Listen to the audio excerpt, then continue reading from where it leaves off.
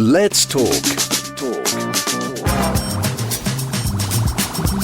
John Brown. After the fall, from the end of history to the crisis of democracy, how politicians broke our world, is the collapse of the Berlin Wall in 1989 ushered in an era of tremendous political optimism. Communism was receding and democracy was on the march in Eastern Europe, Latin America, and much of Asia. 4 decades later, that euphoria has given way to resentment and pessimism. After the Fall is the new book from Ian Shapiro. Delighted to say that Ian joins me live on the line this morning. Ian, good morning to you. Good morning. Thanks for having me. Pleasure's mine. Why now, Ian? Why is the time right to write after the Fall, do you think? I think it's a very important time to write a book like this because so many people are seeing the rise of far-right populist parties as the problem rather than as a result of choices that we've made over several decades. And so my book is really designed to explain how we got from the euphoria and optimism when the Berlin Wall came down to the malevolent politics we have today, both in international relations and geopolitics and in what's going on in almost all of the democracies. It's about paths not taken, choices made and forgone by leaders that could have led us to a better place. And it's not a 2020 hindsight book. There is a, in-depth discussion of serious people inside and outside government arguing for different choices than the ones we actually made, which made our current circumstances, if not inevitable, much more likely. But it wasn't supposed to be like this, Ian. I was 21 years old when the Berlin Wall came down, and I was a young European living in Spain. And suddenly, I remember my mother crying because my mother had spent time in Germany. My grandfather was a professional soldier, so he'd been in the army of the Rhine, and she remembered this. And we never thought the wall would come down, and it happened so quickly.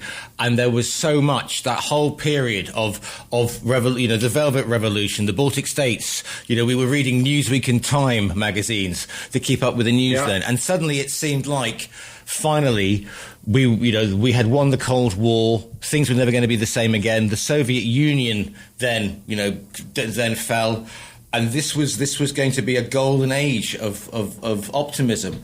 And so it wasn't supposed to be 40 years later that when people are now talking about, subjugating other cultures and wiping out civilizations. So, what are did we have the wrong idea? Did the politicians throw it open to market forces, thinking that was democracy, that having a McDonald's in every Eastern European place was going to be a democratic cornerstone of which to base a moral political system? What happened, Ian? So I think if you want to bring it down to one word, it was unilateralism, both in international politics and in domestic politics. Unilateralism was the West essentially foregoing the opportunity to create a cooperative international order that would have replaced things like NATO with very different security arrangements and would have avoided restarting the Cold War as we've done. And in domestic politics, it was unilateralism by ramming down the throats of European voters and American voters as well, an economic model, the so-called neoliberal economic model that produces growth, but the benefits of growth all flow to the top. And so you have the rich getting richer and richer and everybody else stagnating for decades. And after the financial crisis, the anger and resentment and alienation of the people who had been left behind becomes available to be mobilized by far-right populist parties, and that's essentially what we've been living with. I remember, again, flicking through a copy of, it must have been Newsweek or Time, and seeing East Germans who'd been out across the border looking through the windows of Mercedes dealership on, in the then capital Bonn or West Berlin, and with wonder, because all they could drive was Trabants, and it was seen as a thing of, well, this is great because obviously all of Germany will have those soon, and perhaps we weren't really thinking about this because instead of people wanting to stay in Leipzig or wherever they'd been before, or Dresden, they decided that the West was going to be better, and so you saw people sort of moving away from those areas. I mean, we talk about migration now as obviously a very thorny issue in terms of people wanting to move, but a lot of people thought, well, I'm not going to stick around in Bulgaria. I'm not going to stick around in Romania. I'm going to go to the West. Go west, young man, because the standards of life are so much better. And the people who kind of took control. Again, we were assuming just because they were saying they were liberals or democratic, it was a different style. I mean, Yeltsin certainly wasn't a democrat in the way that perhaps the Western nations thought they could do business with. Well, he started out being very much more democratic than he ended up being. Actually, so did Putin in the first few years of his presidency. Until about 2003, Putin was pushing hard to join the European Union, to join NATO. He only really changed after the Iraq invasion and eventually after we added a whole slew of countries in 2004 to NATO. So there were opportunities there. But I think your point is well taken that the people who were going west, the people who were trying to join the West European economies had expectations that their lives were going to get a lot better. Initially, they did, but then the hard realities of neoliberal capitalism kicked in, and they found, it's really actually very difficult to survive in these economies and do well. We live in a world today in Europe where only a third of Europeans have any discretionary funds left over at the end of the month. So people are living paycheck to paycheck. And I think that after the financial crisis, they became available to be mobilized by right-wing parties because it became clear from the way that the elites responded to the financial crisis, that they were bailing out the banks, they were bailing out the elites, but everybody else was continuing to endure austerity. So it's like Keynesianism for the elites and austerity for everyone else. And that's not a recipe for the legitimacy of political systems.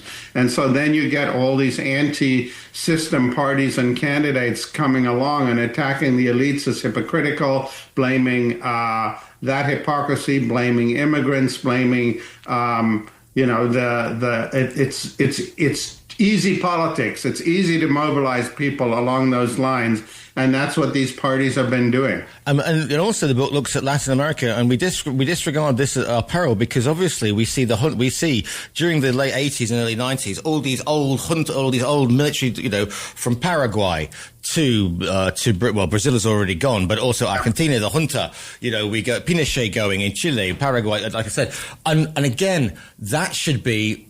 I mean, there is so much historical sort of reckoning and democracy to be done there. But now, fast forward 40 years later, and, the populist candidates in Central and South America have had a massive swing back because it is easy. Perhaps it is easier. We are, because of the complications, Ian, can we argue that life is complicated? So the easier way is to go, what we need is a hard man with a chainsaw, or what we need is somebody, we need to blame, the immigrants, wherever they are coming from. But it's that fear of the other, Ian. Absolutely. Well, politicians searching for somebody to blame is the oldest game in the book. What's really needed in all of these countries is the return to growth models where the benefits of growth are widely shared. I don't think it's rocket science. If most people are not benefiting from the existing order, it's going to be easy for charlatans and snake oil salesmen and ideologues to mobilize them against it. So I think that what we have lost since this actually goes back to the 1980s. When Keynesian economics was thought to have been discredited because it hadn't dealt with the stagflation of the 70s. And then with the collapse of communism, as Margaret Thatcher said, there is no alternative. Neoliberalism is treated as the only game in town. Everybody better just suck it up and get with the program because there is no alternative. And I think what we're seeing now is actually there are alternatives. There are alternatives that the people who were crowing about the end of history in 1989 don't want for themselves and their children, because they involve trade wars, because they involve a different kind of scorched earth politics, and because they're not bringing benefits for their children that they themselves enjoyed. And so people in their tens of millions are facing insecurity, downward mobility, desperation in various ways and shapes and forms that leads them to be easily mobilized, for instance, to be furious about immigration. When immigration is not the problem. Actually, all of these countries need immigrants because you've got declining working populations supporting growing retired populations. And anyway, the jobs now are not going to immigrants or offshore. The jobs are going to technology and AI. So the right-wing populists are actually fighting the last war. Well, yeah, they are highlighting the problems of the previous generations. I find it really interesting as well, because you're basically looking at coming up to 80, 90 years since, FDR, brings the states stricken and clean, away from an America First policy in the 1930s and the New Deal. America gets involved as a global player, ends isolationism, and we have the Atlantic, the transatlantic politics of Thatcher and Reagan, for example. Suddenly, in the period that we're talking about, we have terrorism foreign terrorism rather than homegrown terrorism, hitting the states in the worst way imaginable, of course, with 9/11. That is a shock that reverberates through, and you can say that's a seismic shock on the American psyche as any wall coming down in Europe, Ian. Well, I think that, I think that the Americans responded to 9/11 in the worst way possible, because the war on terror was a kind of panicked response that didn't address really the problem and cost tens and trillions of dollars. And after the fall, I have several chapters about the paths not taken there. But I really want to pick up and reinforce what you said about FDR, because the big difference between FDR and the politics we've had since the Cold War is that FDR made the condition of saving Wall Street, saving Main Street.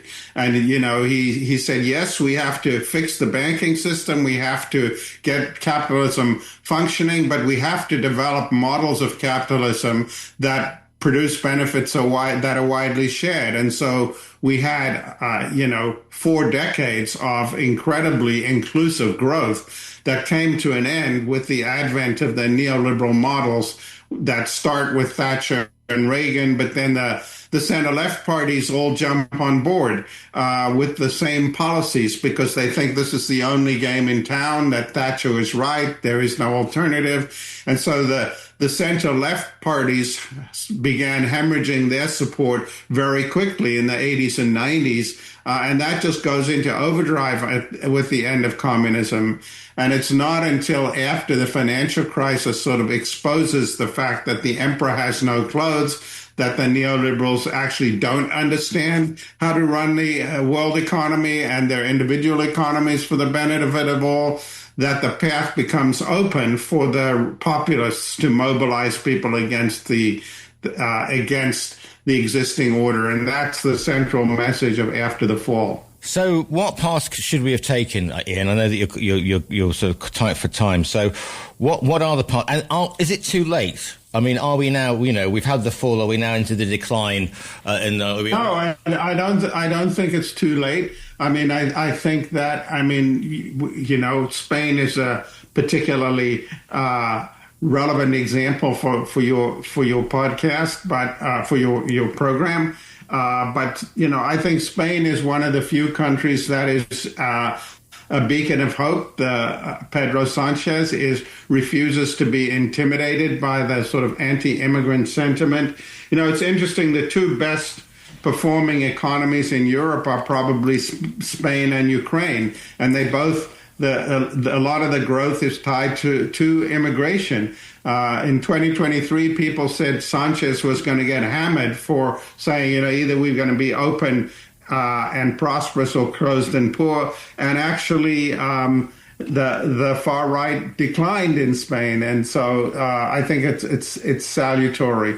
I think there are other promising signs. I think the fact that Frederick Merz has, in addition to ramping up spending on the military, has decided to suspend the debt brake in Germany and invest €500 billion in infrastructure. We have Macron now, maybe because he wants to be president of the European Union next, but saying we should be issuing euro bonds for infrastructure investment. So we could be on the verge of a kind of splurge of Keynesian spending in Europe, which is exactly what Europe needs. We need to, and we've had 15 years of incredibly destructive austerity rammed down the throats of everybody by Merkel and Trichet with their fiscal compact and the austerity politics that have just devastated all of these economies. And it needs to turn around, and I do see some possibilities emerging that it might be turning around. So the situation certainly is not hopeless. The book is called After the Fall, From the End of History to the Crisis of Democracy, How Politicians Broke Our World. It is by Ian Shapiro, who we're speaking to today. Ian, if people want to, listeners, you can go to our own virtual bookstore, click on the brilliant front cover, by the way. That's very striking. You can click on the front cover and it will be winging its way to you by a well-known distribution firm. If people want to follow you, Ian, where's the best place to find you and say nice things to you? My website at Yale University. The book is called After the Fall. It is by Ian Shapiro. Ian, thank you so much for your time today. Thanks so much for having me on.